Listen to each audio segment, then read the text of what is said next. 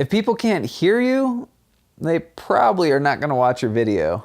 Hi, this is Jacob with Jacob LA Video Production. I wanted to give a really quick tip on creating better quality video yourself.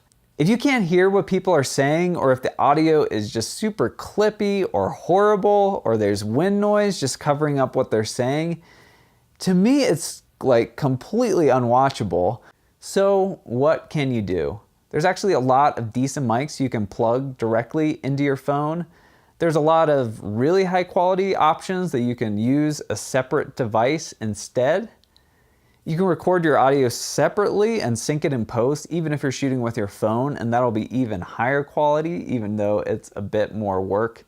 And with music, please put the volume pretty low and spend a long time finding something that's really, really high quality, or just don't have music underneath. There are so many just really cheesy, bad music backgrounds you could use, and you really have to hunt if you want to find one that actually adds value to the video. This was a quick one, but I think that's the most important thing if you're shooting videos yourself. It just makes sure people can hear you really well, because they may click off immediately if the audio is garbage. I do new videos every week, so please subscribe and hit that bell so you're notified when I come out with new content.